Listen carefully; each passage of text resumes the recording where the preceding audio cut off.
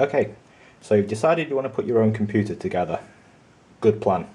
You save a lot of money and get exactly what you want. Hey, first thing you want to do is get your motherboard ready for installation. Should ideally work on a fully electrostatic compliant handling area and whatever. Don't have any of that, so this is a wooden desk. It's going to have to do. Typically what you would see when you get your motherboard out of its box, the cooler will not be in place, and you will see the CPU socket with its little protective plastic cover in place. Now, I'm working with an Intel Socket 775 board today, which is pretty old school, but the design for the newer Intel systems rolling forwards from here hasn't really changed an enormous amount in terms of the way you're going to work with it, so it's about the same. So in this case I'm going to be swapping this CPU out for a more powerful one, so I'll show you how to remove and reinstall the cooler and how to remove and reinstall the CPU. So I'm just going to unplug that there, and if you twist these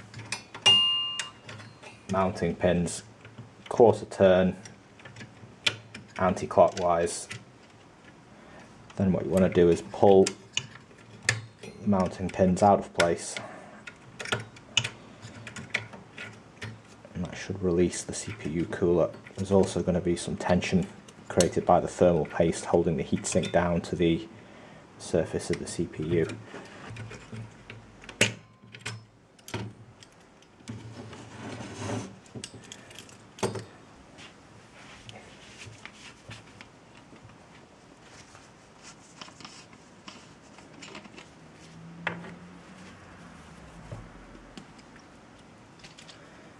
Okay, if you are going to be reusing these components, you're going to have to clean off any thermal paste that's been left behind. Best stuff I've found for this is a baby wipe and some isopropyl alcohol.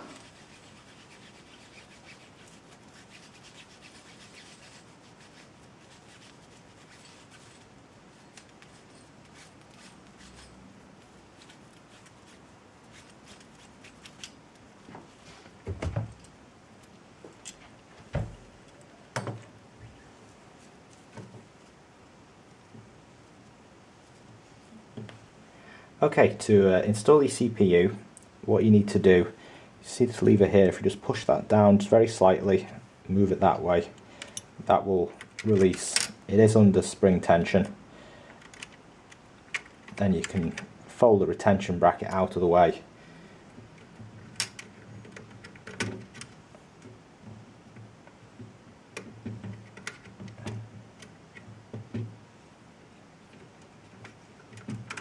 And then lift your CPU out.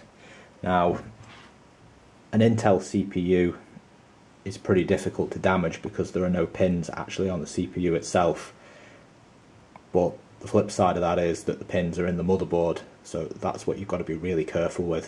If you bend those pins in there, pretty much game over, unless you have some kind of Jedi level patience with straightening them all out to where they're supposed to be.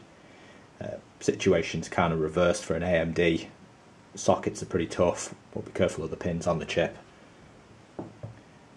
Okay, the chip that's going in is a Core 2 Duo E8600, which is basically, in terms of single thread performance, the fastest that you can put on the Socket 775. What you need to be careful of is there's two notches on the CPU there and there, and they need to line up with the corresponding notches in the CPU socket there and there. Simply place that in. Just give it a tiny little bit of a wiggle to make sure it's down where it's supposed to be, but you don't need to force that down. If you do get the feeling you need to force it in, stop. Check you've not got some debris or something trapped underneath, or you're not putting it in the wrong orientation. Now, if this were a brand new motherboard, you'd have a plastic shield inside there. depending on the motherboard manufacturer, sometimes those are quite easy to remove. Other times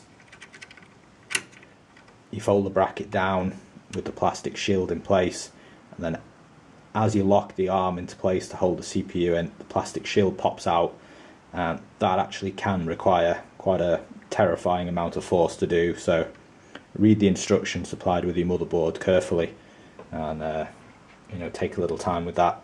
Now, to secure this in place, lever goes back down, and you will need to apply a little bit of pressure as you come to the end of its travel.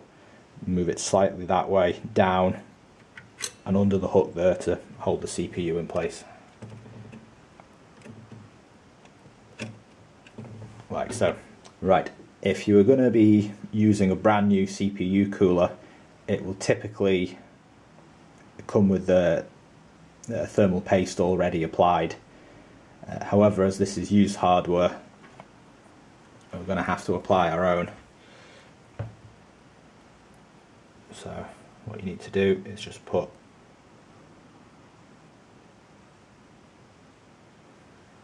a little blob in the centre of the CPU, and that's enough. If this were an AMD CPU, particularly some of the FX processors, probably need a bit more than that as the CPU die is larger, but that's more than good enough here. This is a used cooler. You saw it being removed before, so what you're going to have to do is reset the mounting pins, turning those a quarter turn back, I should say it's clockwise.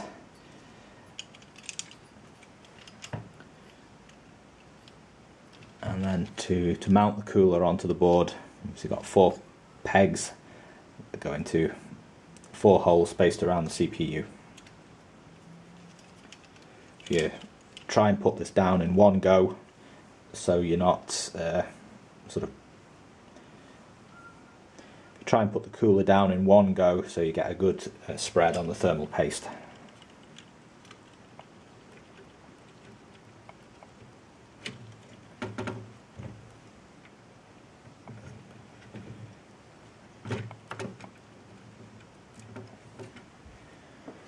Okay, second go around on this. I kind of forgot how infuriating those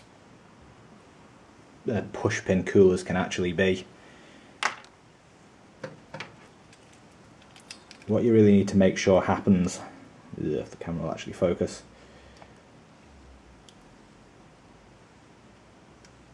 is you need to make sure that these clear plastic items are actually out from the cooler, and that part there, as you see, stays out like that, and that actually goes through the hole in the motherboard before you push the mounting pin through, or it's not going to work.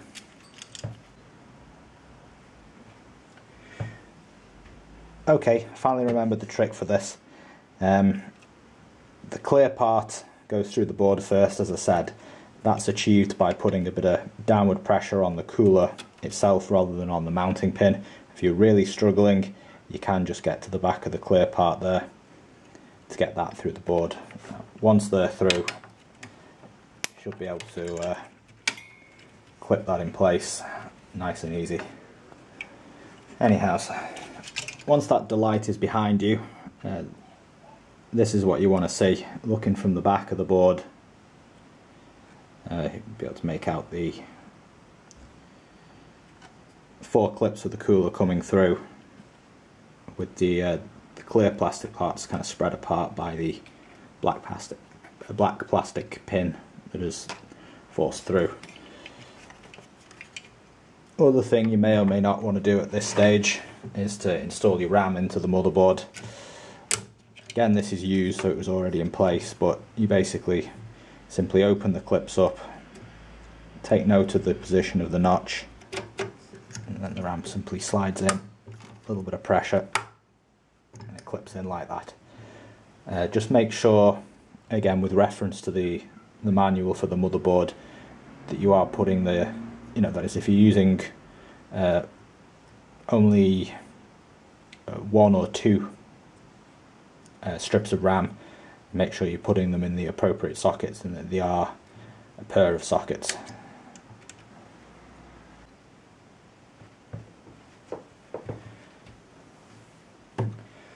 Right, I'm not exactly sure where I was up to when the Camry the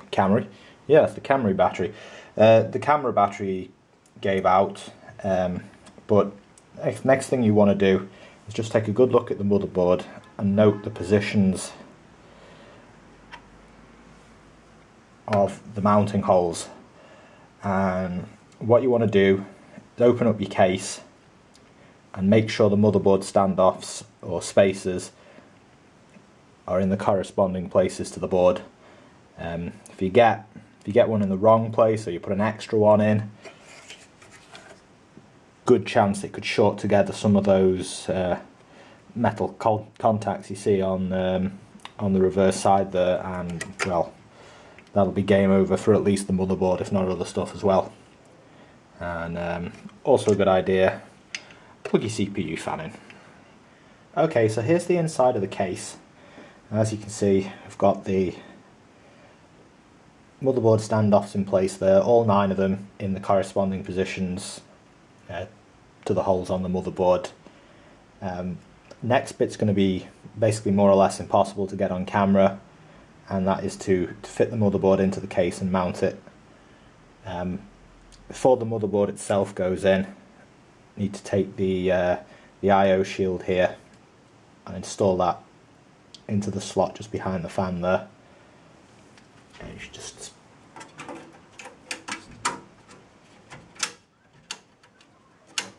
it's quite simply just a push fit.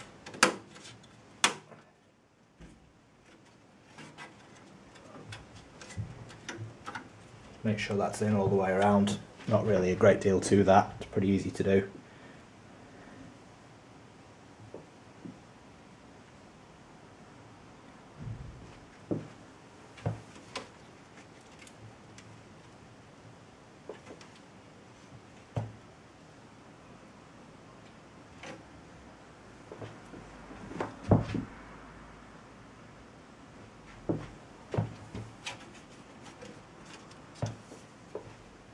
Tips I can give you for the motherboard is watch out for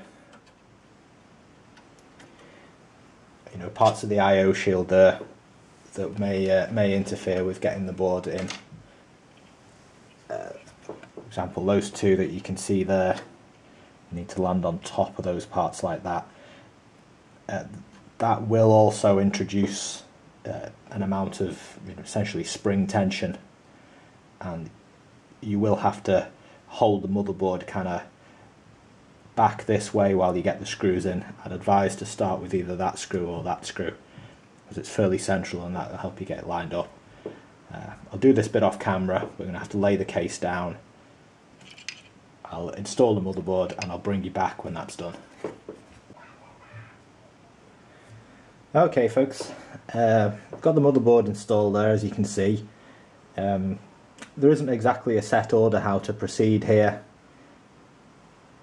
There's a certain amount of things that have to be done, and you've got to get them done. This is about the way I generally go about it. So next thing we're going to do is we're going to go ahead and get all the drives connected up to the motherboard with the data cables. The CD drive actually came installed with this case, which was a nice freebie. In the case of this case, you've got this nice toolless mechanism whereby you can simply remove the front panel, slide your drive into place, you slide the mechanism across to lock the drive into place, and then slide that catch down to lock the mechanism into place. These work pretty well, as do these rails here. So now that the CD drive is there, we're going to head on down to this corner here and get the hard drives installed.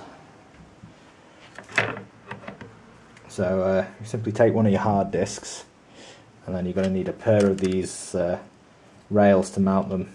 They just push into the screw holes on the drive.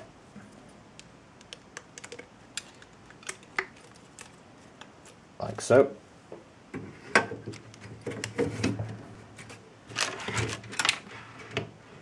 Well, not like that, but you get the idea.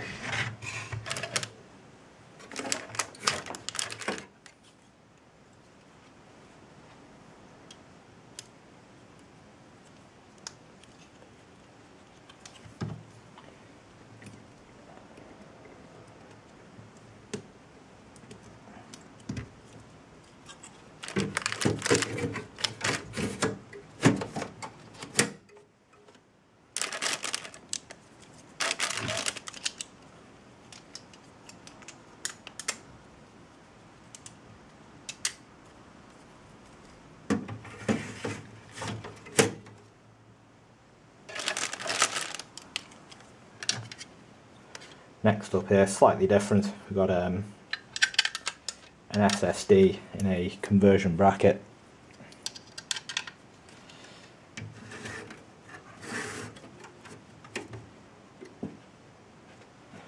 Just leave that one a little bit loose for a moment, it'll be easy to get the cables in. So now that the drives are loosely installed, you need to go ahead and get them all connected up to the motherboard. If you see those yellow connectors, you've got two there, four there.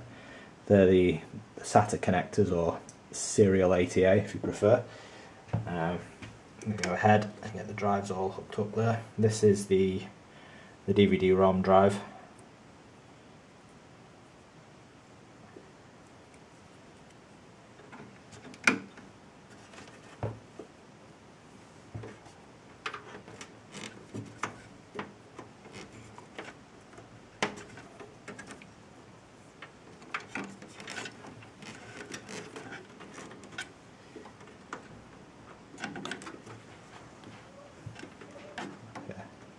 As much as possible, I try and sort of tuck cables out of the way rather than, you know, using too many zip ties. And I put one in there to keep these cables in place after I'd connected them.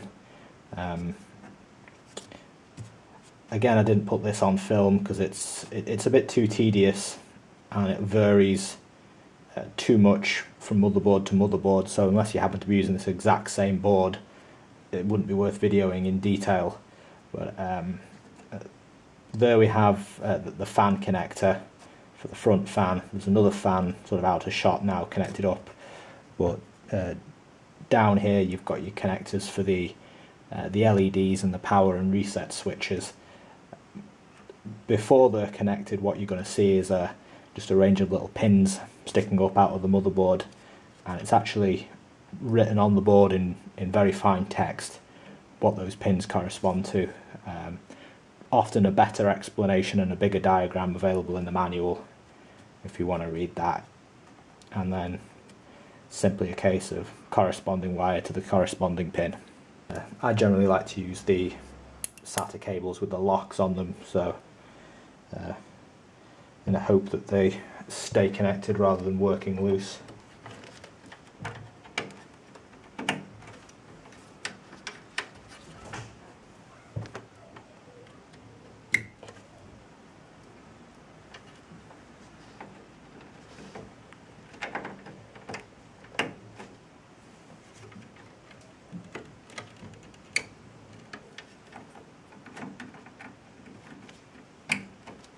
Okay, after you've got that lot connected up, I'm going to move over here, focus on getting the graphics card in place. Now, the GPU that I'm going to use here is a GTX 960, and yes, I know that is a hell of an over mismatch for the CPU, but quite simply I'm trying to build this out of the parts that I've got on hand.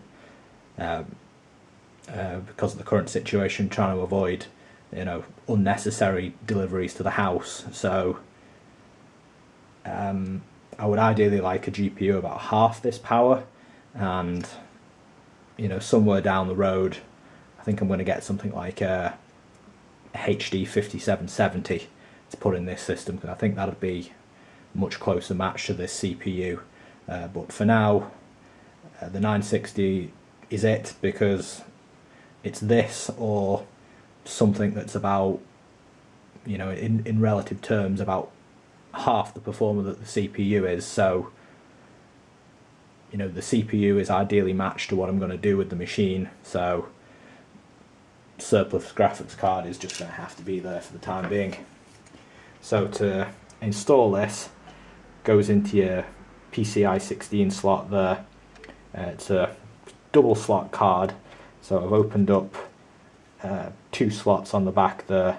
It's important to pay attention that quite often, as you see, there's often something or indeed nothing above the first graphics card slot, so you end up using the second and third slot quite a lot of the time.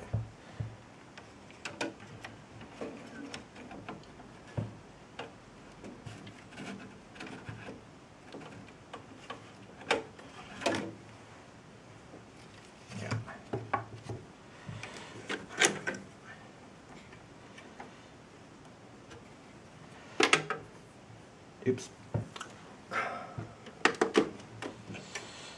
So, as you just saw there, I got that snagged on the data cable for the DVD drive, so be mindful about what you're doing. If something doesn't feel right, it probably isn't. It's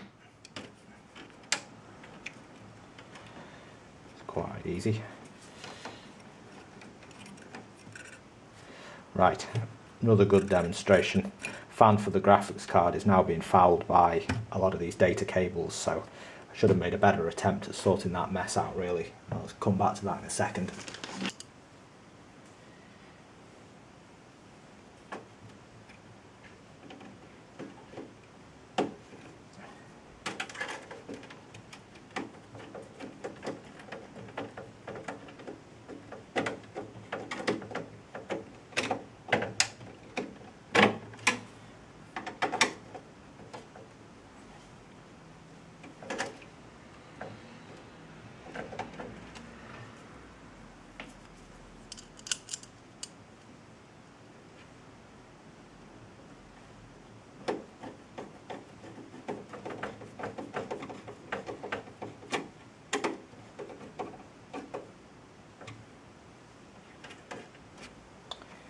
Now, as you can see there, I screwed that into place. This case is equipped with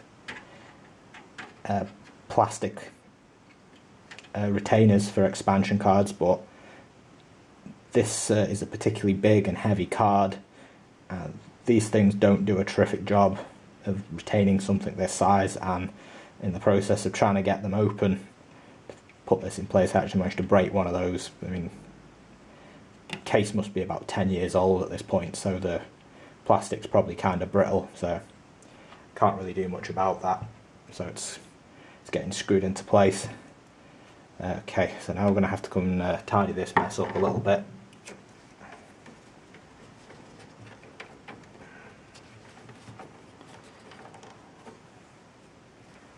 I think what I'm going to have to do is actually zip tie all that down the bottom there.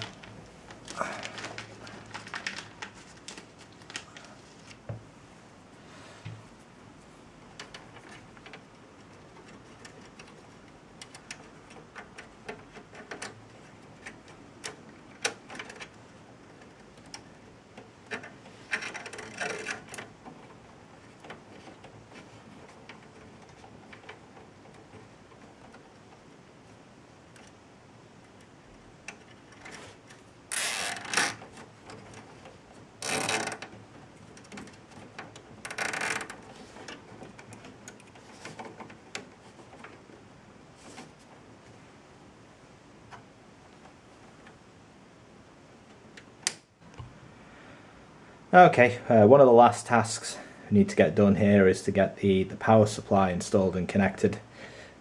Currently have it sat up there just on top of the machine, and it's going into its little home here. It's top mounted, so the fan and the power supply will always face down. You've got the 4 screw holes there, which will correspond nicely to the holes on the power supply unit. We'll screw that in place and then go back to the inside.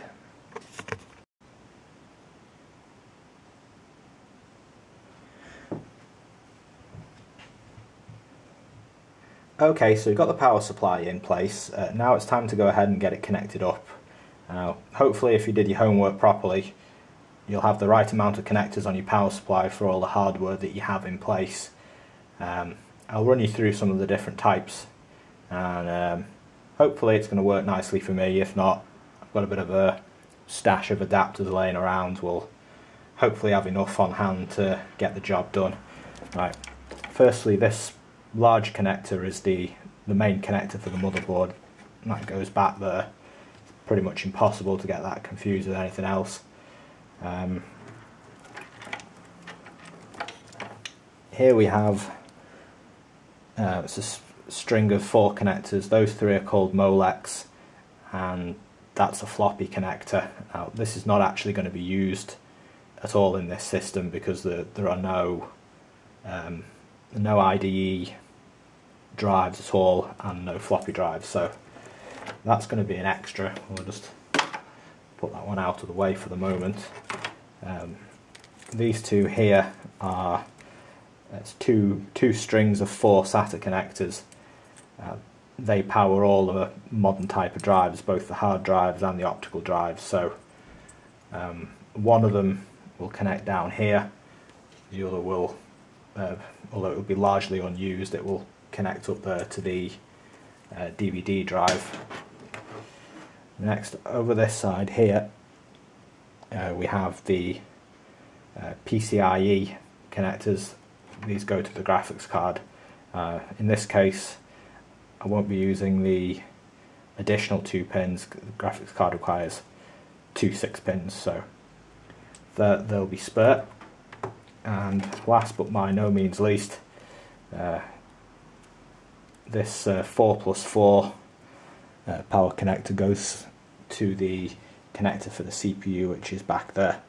If you don't connect that, your CPU gets no power, the machine's not going to work. So basically all these connectors only fit one way, so you shouldn't really need to force anything. If you feel you are having to force something, stop, take a look, probably doing something wrong. Only experience I've ever had where things did fit both ways, I was using a cheap SATA to Molex adapter, sorry, I should say Molex to SATA power adapter that I'd acquired from somewhere or other, and that was actually so poorly made that the Molex end did actually fit both ways around. So lesson learned on that one, and in that instance that's pretty much the only instance in nearly 20 years of tinkering around with computers where I literally had sparks, smoke and flames coming out of my machine. And yeah, that sent a brand new hard drive to a very premature end. So yeah, I'll be back with you with all this lot connected up. Okay folks, we've got that lot connected up. As you can see, this one isn't going to win any beauty contest, but that's not what we're aiming for here. And well, it's going to be sealed inside a box where only I'm going to look at it, and to be frank, I don't really care. So moving on. Only surprise we really had here was down at the hard drives, because the connections are ultimately going to be so close to the side panel. The included connectors on the power supply, they were basically leaving too much material, too much wire rather, sticking out like that, and it was going to be you're going to end up getting strained against the side panel. So these bottom 2 hard drives are actually on a splitter, and that top one's on an extension. Would have had to use that either way because that's recessed back there. So all the excess power cable is kind of tucked inside there.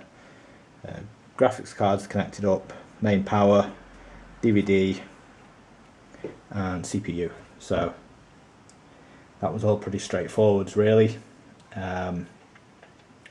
No exact set way to cable manage it. Probably could have done a neater job and got that lot sort of tidied up a little bit, but at the end of the story, that's just unused optical bays there. the airflow is not going to be absolutely terrific anyway, but it's that way rather than through there, so it's not really too big of a deal. So to steal a phrase from someone else, I'm going to get this closed up and we'll give it a smoke test. Well, the moment of truth has arrived.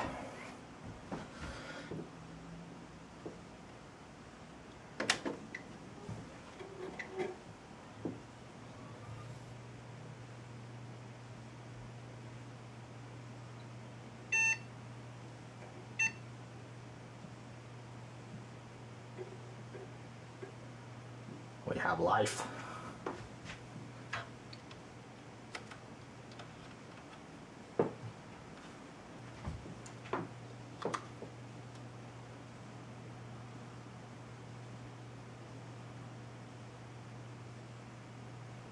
Well, I think we're going to call that one a win for tonight.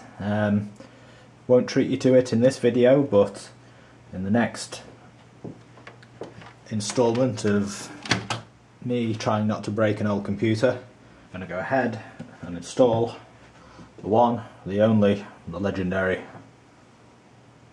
Windows XP.